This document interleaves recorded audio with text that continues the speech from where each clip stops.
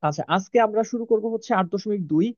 আর এই অধ্যায়টা মূলত আমাদের এখানে বলের সাম্যাবস্থা নিয়ে আলোচনা করা হয়েছে। সাম্যাবস্থার যে বিষয়গুলা, এর মধ্যে আমরা পার্টিকুলারলি যে জিনিসগুলো আজকে জানবো বা আজকে আমরা শিখবো, এক নাম্বার হচ্ছে সাম্যাবস্থা ত্রিভুজ সূত্র, ত্রিভুজ সূত্রের বিপরীত সূত্র, লামির সূত্র, যেটা সাম্যাবস্থা লামির সূত্র, লামির সূত্রের বিপরীত প্রতিজ্ঞা।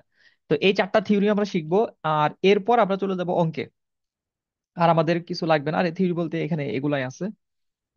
অঙ্কে গিয়ে এখানে উদাহরণের যে অঙ্কগুলো আছে তার মধ্যে তোমাদের টেক্সট বই, রূপন্তি প্রকাশনীর এক দুইটা ছাড়া সবগুলাই করতে হবে। আর ওই উদাহরণের সিমিলার অঙ্কগুলো অনুশীলনী থেকে যদি আমরা করি তাহলে মোটামুটি ভাবে 8.2 প্রিপারেশনটা হয়ে যায়। এখান থেকেও প্রসিদ্ধ যে অঙ্কগুলা বা আহ, মানে মোটামুটি ভাবে নির্দিষ্ট ক্যাটাগরির মধ্যে যে অঙ্কগুলা বারবার আসছে দেখবা, তো ওই অঙ্কগুলাই ঘুরে ফিরে আসে। তাহলে কথা না বাড়িয়ে চলো আমরা আমাদের মূল টপিকে চলে যাই।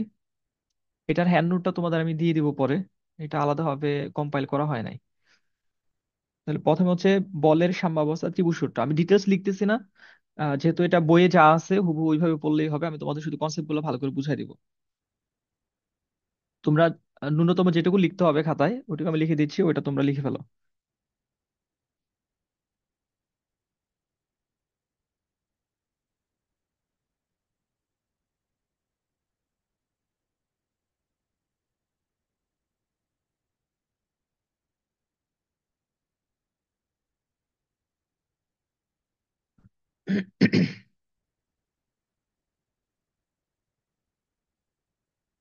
আচ্ছা, বলের সাম্যাবস্থা ত্রিভুজ সূত্র এখানে কি বলছে আমাদের।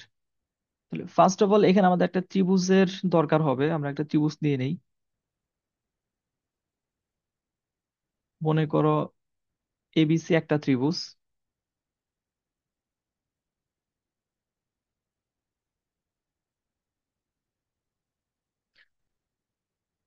আচ্ছা, এখন আমরা যদি তিনটা বল কনসিডার করি, সাপোজ পি একটা বল, কিউ একটা বল, আর হচ্ছে আর একটা বল, এই তিনটা বল। তো বলের সাম্যাবস্থা ত্রিভুজ সূত্র তোমাকে বলছে যে যদি কোনো বিন্দুতে কার্যরত তিনটি বলের মান ও দিক কোনো ত্রিভুজের একই ক্রমে গৃহীত তিনটি বাহু দ্বারা নির্দেশ করা যায় তবে তারা সাম্যাবস্থায় থাকবে। আচ্ছা, যে শব্দটা নিয়ে আমরা আলোচনা করতেছি সাম্যাবস্থা, যে সাম্যাবস্থাটা আসলে কি। সাপোজ ধরো একটা একটা রশি বা একটা দড়ি, তোমরা যদি দুইজন ধরে, একজন এই পাশ এইদিকে টানতেছো, আরেকদিন এইদিকে টানতেছো। তো এটা হলো ধরো বাম দিক বা ডান দিক, বা বাম দিক যেটাই ধরি, তাহলে এটা ধরলাম আমরা ডান দিক। তাহলে আচ্ছা, এখন বাম দিকে যে টানতেছে সে ধরো যদি 100 নিউটন বলে টানে, আর এইদিকে যদি 80 নিউটন বলে টানে, তাহলে কোন দিকে যাবে? রশিটা কিন্তু ধীরে ধীরে এইদিকে চলে যাবে, ঠিক না? কারণ এইদিকের তোমার ইটা বেশি প্রয়োগ হচ্ছে।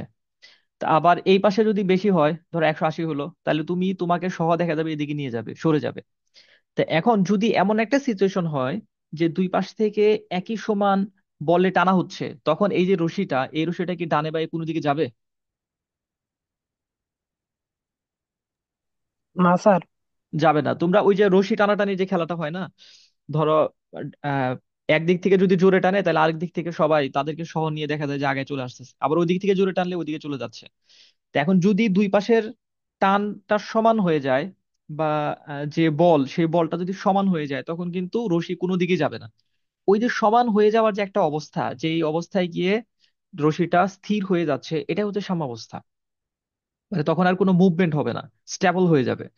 তো ওইরকম একটা অবস্থার কথাই আমরা আলোচনা করব, বা এই 8.2 যে অধ্যায়টা, এই অধ্যায়ে এরকম একটা সিচুয়েশনের কথা বলা হচ্ছে বা আলোচনা হচ্ছে। এখন এখানে তুমি যখন একটা রশি টানতেছো দুইজন, তখন ওইটা সোজা হচ্ছে, বলটা পরস্পর বিপরীত দিকে ক্রিয়া করতেছে। বাট এখন যদি একটা বিন্দুতে, ধরো এই বিন্দুতে এইদিকে রশিটা টানা হচ্ছে, এইদিকে রশি টানা হচ্ছে, এখন আরেকজন যদি এই দিকে টানে, তখন কিন্তু এটা সোজা থাকবে না, তখন কিছুটা এটা বাঁকা হয়ে যাবে, হয়তো রশিটা দেখা যাবে তখন অবস্থানটা এখানে চলে গেছে, এরকম হইতে পারে। আচ্ছা, আমরা ধীরে ধীরে আগাই। তাহলে আমাদের সাম্যাবস্থা ত্রিভুজ সূত্র যেটা, একটা ত্রিভুজ তোমাকে দেওয়া হয়েছে আর বলছে তিনটা বল, একটা বল হচ্ছে পি বল, একটা কিউ বল, আর একটা আর বল। এখন তোমাকে বলতেছে একটা সিচুয়েশনের কথা বলতেছে, যে যদি কোনো বিন্দুতে কার্যরত তিনটি বলের মান অধিক, এই তিনটা বল পি কিউ আর এরা একটা বিন্দুতেই ক্রিয়া করে। এখন এই তিনটা বলকে আমরা নিয়ে একটা ত্রিভুজের তিনটা বাহুতে বসাই দিলাম। ধরো বিসি বরাবর একটা বল ক্রিয়া করবে, তারপরে সি এ বরাবর একটা বল ক্রিয়া করবে, আবার এবি বরাবর একটা বল ক্রিয়া করবে। তাহলে তখন কি হলো, জিনিসটা ঘটনাটা কি ঘটলো? তখন আমরা এই যে বি থেকে সিতে, সি থেকে এতে, এ থেকে বিতে, তার মানে একই ক্রমে তিনটা বাহুতে আমরা তিনটা বলকে বসাই দিচ্ছি, পি কিউ আর। তো এই ধরনের ঘটনা যদি আমরা ঘটাইতে পারি, তখন ওই যে ওইখানে রশিটা যেমন স্থির হয়ে যায়, তখন এই জায়গাটাও ওইরকম স্থিরই থাকবে, এর মধ্যে কোনো পরিবর্তন আমরা দেখতে পারবো না, এটা সাম্যাবস্থায় থাকবে।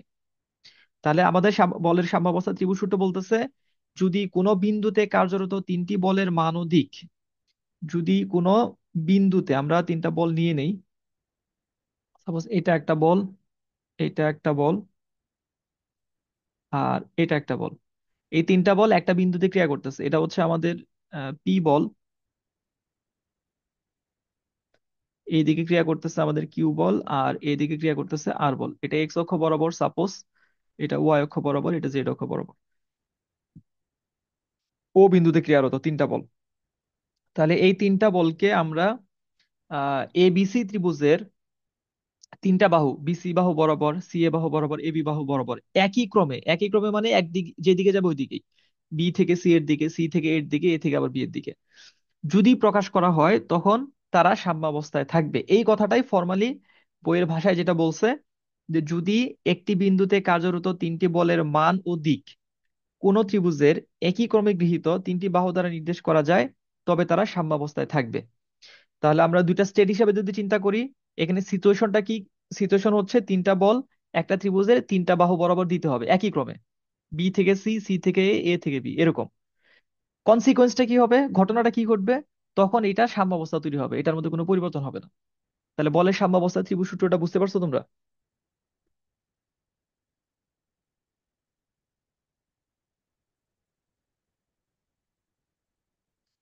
আনমিউট করে নাও, তোমাদের মিউট করা আছে।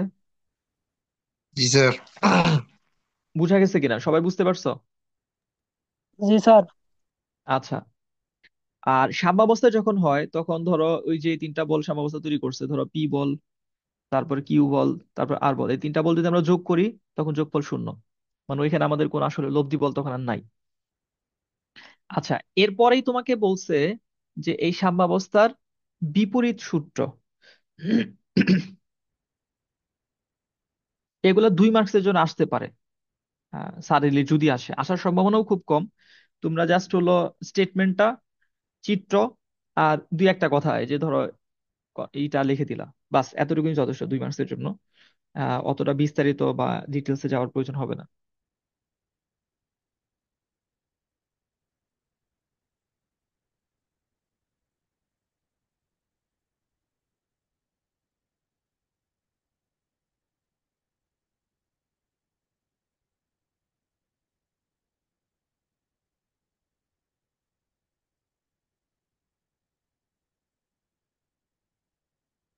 আচ্ছা, এরপর হচ্ছে বলের সাম্যাবস্থার ত্রিভুজ সূত্রের বিপরীত সূত্র।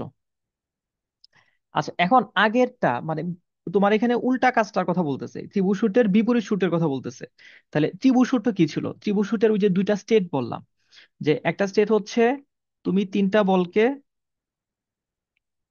বল ত্রিভুজের তিনটা বাহু বরাবর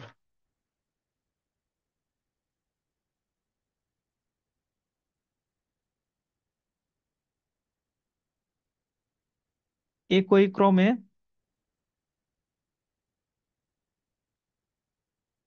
সূচিত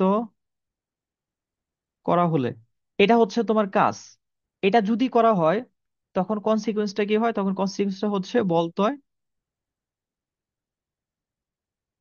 সাম্যাবস্থায় থাকে।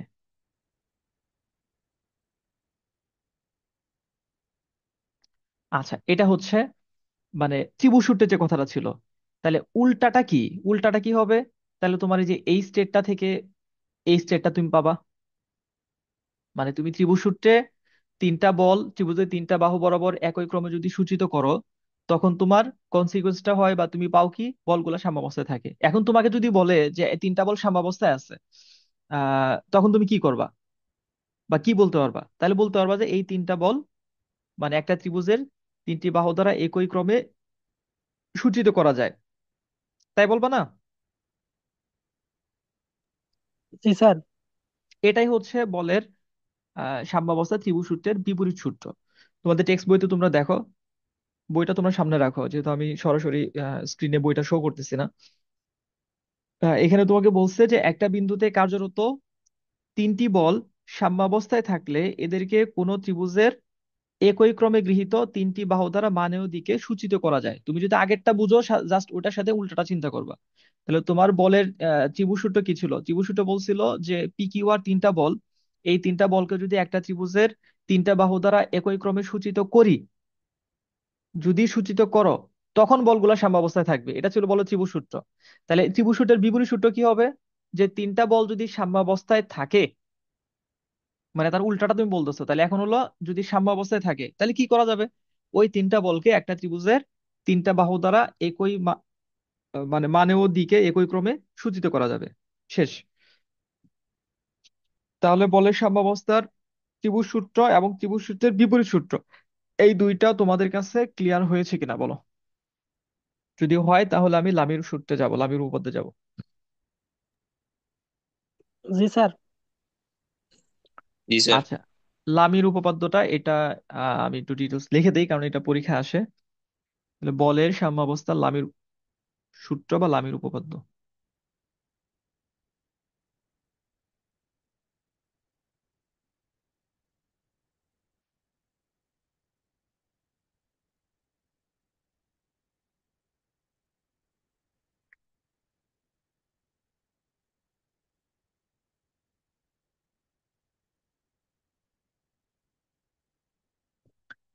আচ্ছা, লামি সূত্রটা বলছে তিনটা বলের কথা, এখানেও সাম্যাবস্থা নিয়েই আমাদের কথা বলা হচ্ছে।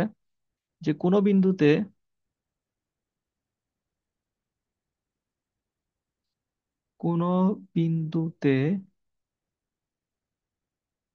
ভিন্ন ভিন্ন রেখায় ক্রিয়ারত তিনটি বল।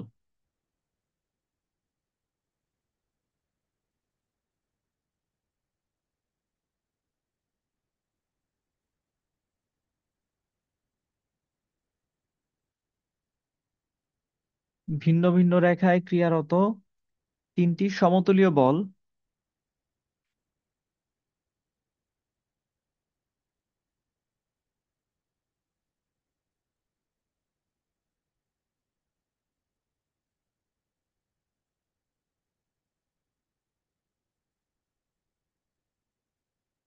সাম্যাবস্থায় থাকলে, আচ্ছা থাকলে কি হবে সেটা ধর পরে যাচ্ছি।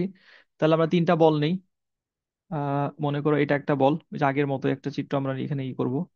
এটা একটা বল, এটা একটা বল। তাহলে এখানে আমরা তিনটা বল চিন্তা করলাম। এইদিকে আমাদের পি বলটা আমরা কনসিডার করলাম এক্স বরাবর, ও বিন্দু। এইদিকে নাও তুমি কিউ বলটা, এটা হচ্ছে ওয়াই বরাবর, আর এদিকে নাও হচ্ছে আর বল, জেড অ্যাক্সিস।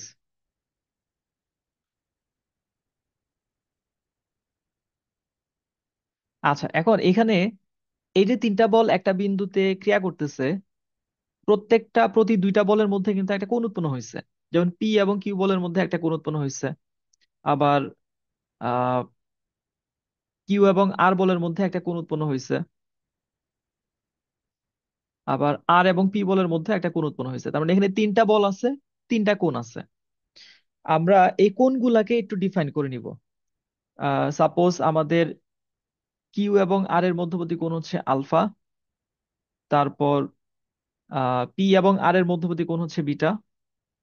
আর এটাকে ধরবো আমরা গামা। তাহলে এই যে চিত্রটার মধ্যে খুব সিম্পল, ও একটা বিন্দু, ওই বিন্দুতে তিনটা বল ক্রিয়া করতেছে। একটা হচ্ছে পি বল, একটা হচ্ছে কিউ বল, একটা হচ্ছে আর বল। পি এবং কিউ এর মধ্যবর্তী কোণ গামা, কিউ এবং আর এর মধ্যবর্তী কোণ আলফা, আর এবং পি এর মধ্যবর্তী কোণ হচ্ছে বিটা। এবং এই পুরা সিস্টেমটা স্টেবল সিস্টেম, এটা সাম্যাবস্থায় আছে, কোনো নড়াচড়া করতেছে না, স্থির হয়ে আছে। তো এই ধরনের একটা সিস্টেম যখন থাকবে, তিনটা বল, তাদের মধ্যবর্তী কোণ তোমার জানা আছে এবং তারা সাম্যাবস্থায় আছে, যে কথাটা এই যে লামির সূত্রের শুরুতে যে কথাটা বলা হয়েছে, যে কোনো বিন্দুতে ভিন্ন ভিন্ন রেখায় ক্রিয়ারত তিনটি সমতুলীয় বল, একই তলের উপর যে তিনটা বল, এই জন্য সমতুল্য বলা হচ্ছে। সাম্যাবস্থায় থাকলে, যদি সাম্যাবস্থায় থাকে তখন কি হবে? তখন প্রত্যেকটা বল, মানে এদের প্রতিটা বলের মান অপর দুইটা বলের মধ্যবর্তী কোণের সাইনের সমানুপাতিক। তাহলে কথাটা লিখে নেই যে যদি থাকে থাকলে এদের প্রতিটির মান,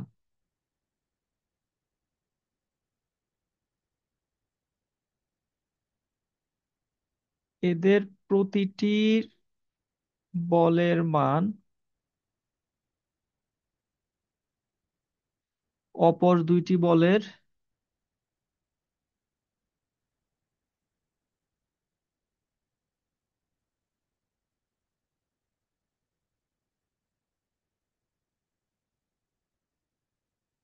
মধ্যবর্তী বা মধ্যবর্তী শব্দটার পরিবর্তে অন্তর্ভুক্ত শব্দটা ব্যবহার করাই মনে হয় বেশি বেটার।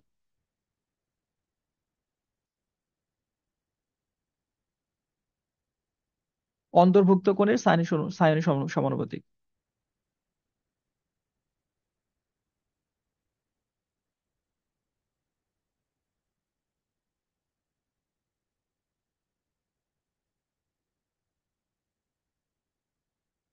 সাইনের সমানুপাতিক। আচ্ছা, এখন দেখো তাহলে তুমি কি বলবা। তাহলে আমরা এই জায়গায় যেটা বলতে পারি, পি একটা বল, তাহলে পি বলটা কি হবে? এই বলটা হবে পি বল ছাড়া আরো যে দুইটা বল আছে কিউ এবং আর, এই দুইটা বলের মধ্যবর্তী কোণ হচ্ছে আমাদের আলফা। তাহলে এটা প্রপোর্শনাল হবে সাইন আলফা। এটাই হওয়ার কথা না?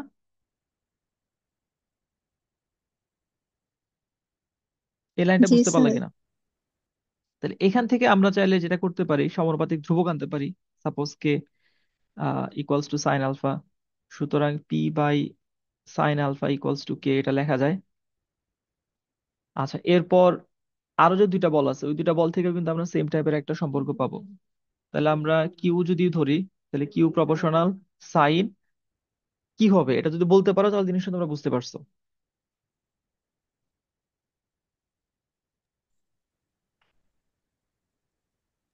Sign beta. Theta theta sir, beta নেই, বিটা যখন এই যে স্যার, আমরা, সাইন হ্যাঁ বিটা। হ্যাঁ বিটা বিটা, যখন আমরা কিউ নিচ্ছি, কিউ ছাড়া, তাহলে অপর দুইটা বল বলতে তখন আর এবং পি, তাদের মধ্যবর্তী কোণ হচ্ছে বিটা, তাহলে সাইন বিটা। তাহলে এখান থেকেও তুমি পাবা Q by sine beta equals to K. তাহলে আর প্রপোর্শনাল সাইন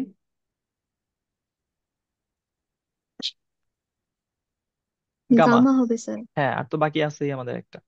তাহলে R divided by sine gamma equals to K. এখন এই তিনটা যদি আমরা একত্র করে দিই, সবগুলা যেহেতু একটা ধ্রুবকের সমান, তাহলে আমরা পাবো P by sine alpha equals to Q by sine beta equals to R by sine gamma. এই হচ্ছে আমাদের লামির উপপাদ্যের যে স্টেটমেন্টটা, তার রিপ্রেজেন্টেশন বলতে পারো আর কি, বলের মাধ্যমে। তাহলে আবার বলতেছি, লামির উপপাদ্য আমাদের বলতেছে যে কোনো বিন্দুতে ক্রিয়ারত তিনটি বল যদি সাম্যাবস্থায় থাকে, তাহলে তাদের প্রত্যেকটা বল অপর দুইটা বলের মধ্যবর্তী কোণের সাইনের সমানুপাতিক। তাহলে আমরা এটা যখন অ্যাপ্লাই করবো অঙ্কের মধ্যে, তখন আমরা কি করব, আমরা বলগুলাকে শনাক্ত করব। যেমন এখানে তিনটা বল, একটা হচ্ছে পি বল, একটা কিউ বল, আর একটা আর বল। তারপর আমরা প্রত্যেকটা বলের সাথে অপর বলের মধ্যবর্তী কোণকে শনাক্ত করব। এখানে তিনটা আমাদের কোণ ছিল, আলফা, বিটা আর হচ্ছে গামা। এরপর আমরা যে কোনো একটা বল লিখবো, ওটাকে ভাগ করব, ওই বল ছাড়া আরো যে দুইটা বল থাকবে তাদের যে কোণ, সেটা যদি ডিগ্রির মান আমরা পাই, 30 ডিগ্রি, 45 ডিগ্রি, 90 ডিগ্রি, 180 ডিগ্রি যা থাকবে, সাইন তত ডিগ্রি ইকুয়ালস টু কিউ অপর বল ডিভাইডেড বাই ওই বল ছাড়া অন্য দুইটা বল আমরা খুঁজবো। যেমন এখানে কিউ, এখানে তো ভিজুয়ালি তোমরা সরাসরি দেখতে পাচ্ছ। তাহলে কিউ ছাড়া এটাকে বাদ দিলে আমাদের থাকবে আর এবং পি। প্রশ্নে যে দুইটা বল আমাদের থাকবে, তো ওই দুইটা বলের মধ্যবর্তী কোণ আমরা খুঁজবো, যত ডিগ্রি সাইন তত ডিগ্রি দ্বারা ভাগ করতে হবে, ইকুয়ালস টু একইভাবে আর ডিভাইডেড বাই সাইন গামা। অন্য আরেকটা বল আসবে। এই হলো আমাদের লামির সূত্র। আর এটার প্রমাণটাও আসে। তো প্রমাণটা কি তোমাদের দেখাইতে হবে না? তো যেহেতু তোমাদের ক্লাসে করানো হয়েছে এই অধ্যায়, তোমরা প্রমাণটা পারো কিনা? যদি না পারো তাহলে দেখাই দিব, নাহলে আমি সামনে আগাবো। পারি না স্যার। আচ্ছা, প্রমাণ এটা সহজ।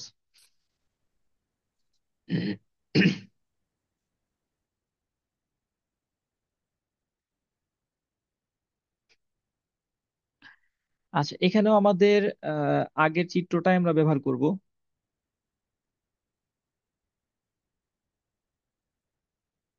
এই চিত্রটা।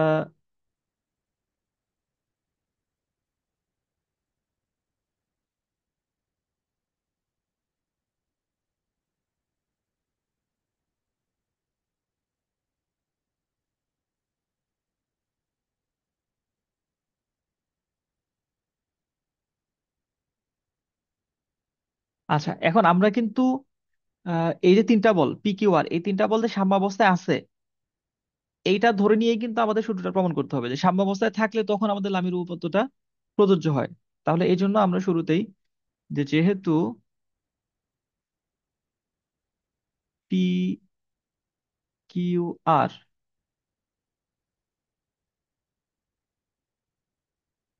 বলত্রয় সাম্যাবস্থায় রয়েছে বা সাম্যাবস্থায় আছে,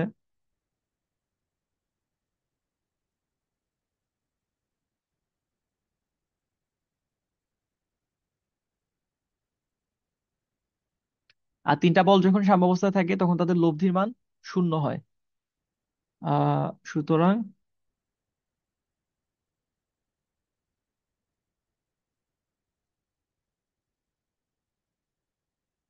তাদের লব্ধি শূন্য।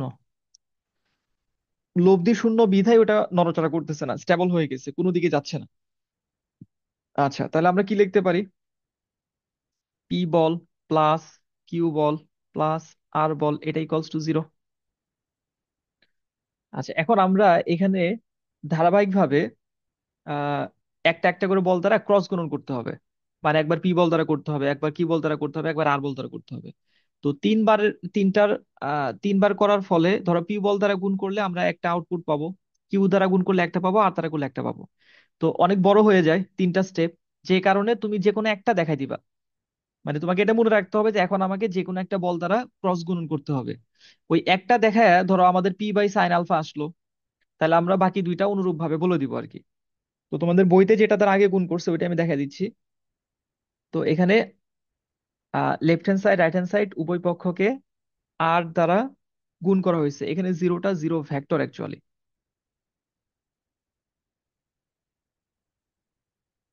তাহলে আমরা যদি আর দ্বারা গুণ করি, তাহলে আর ক্রস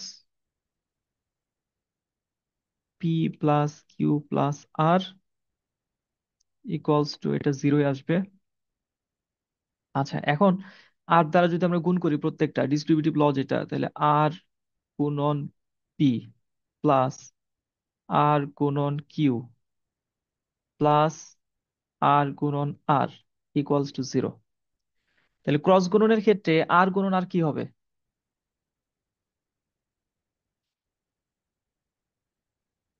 শূন্য হবে না?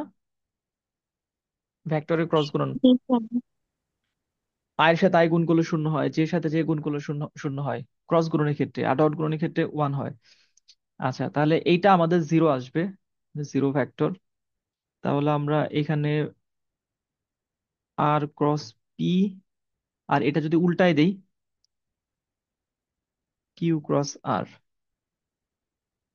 তখন এই চিহ্নটা আমাদের মাইনাস হয়ে যায়, plus zero vector equals to zero vector. এটা জিরোতে ভেক্টর চিহ্ন না দিলেও আমার মনে হয় এখানে কোনো সমস্যা নাই।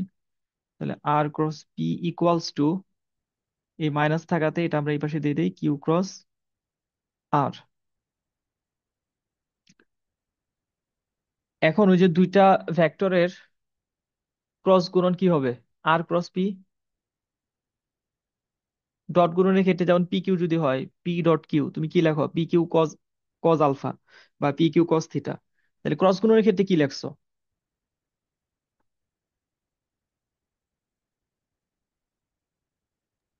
Sir A into B by কোন কোন না স্যার? না, এখানে তোমার সাইনটা আসবে। যেমন তোমার আর এবং পি এর ক্রস গুণন যদি হয়, তাহলে তোমার হবে আর, মানে এখন তোমার মান লিখতে হবে, এই জন্য আর ভেক্টর চিহ্নটা থাকবে না। তাহলে আর পি সাইন আর এবং পি এর মধ্যবর্তী কোণ। আর এবং পি এর মধ্যবর্তী কোণ কোনটা? এই যে বিটা, তাহলে সাইন বিটা। এবং এর সাথে যেহেতু ক্রস গুণন একটা একক ভেক্টর দিতে হবে, সেটা এখানে ইটা ধরা হয়েছে, বা আমরা ইটা বা অন্য কিছু ধরতে পারি। একটু বাড়াই দিতে হবে, এন এর মতো একটু লম্বা হয়ে যাবে এই পাশটা। ইকুয়ালস টু কিউ ক্রস আর, যেটা এটার ক্রস গুণন হবে কি, কিউ ভেক্টরের মান, এখানে সেটা বল, তারপরে আর বলের মান, সাইন এই দুইটার মধ্যবর্তী কোণ। এই দুইটার মধ্যবর্তী কোণ কি হবে, কিউ এবং আর এর মধ্যবর্তী কোণ, কিউ আর এই যে আলফা। তাহলে তোমার হবে সাইন আলফা। এখানেও একটা একক একক ভেক্টর আমরা নিলাম ইটা। এই লাইন থেকে এই লাইনটা বুঝতে পারলা কিনা দেখো। জি স্যার। আচ্ছা, এখন দুই পাশ থেকে আমাদের একক ভেক্টরটা আমরা ক্যান্সেল করতে পারি, এটার পরিচয়টা একটু বলে দিবা। যে এখানে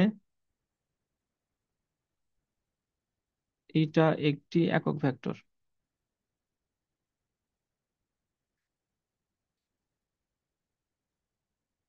তাহলে পরের লাইনে তুমি পাবা R P sine beta equals to Q R sine alpha. এখন আর ডিভাইডেড বাই আহ আচ্ছা, আর তো আমরা ক্যান্সেল করে দিতে পারি দুই পাশ থেকে। তাহলে P divided by sine alpha equals to Q divided by sine beta. এই পাশ থেকে সাইন আলফাটা এই পাশে দিয়ে দিছি, এই পাশ থেকে সাইন বিটাটা এই পাশে দিয়ে দিছি, আর আর দুই পাশে ক্যান্সেল হয়ে গেছে।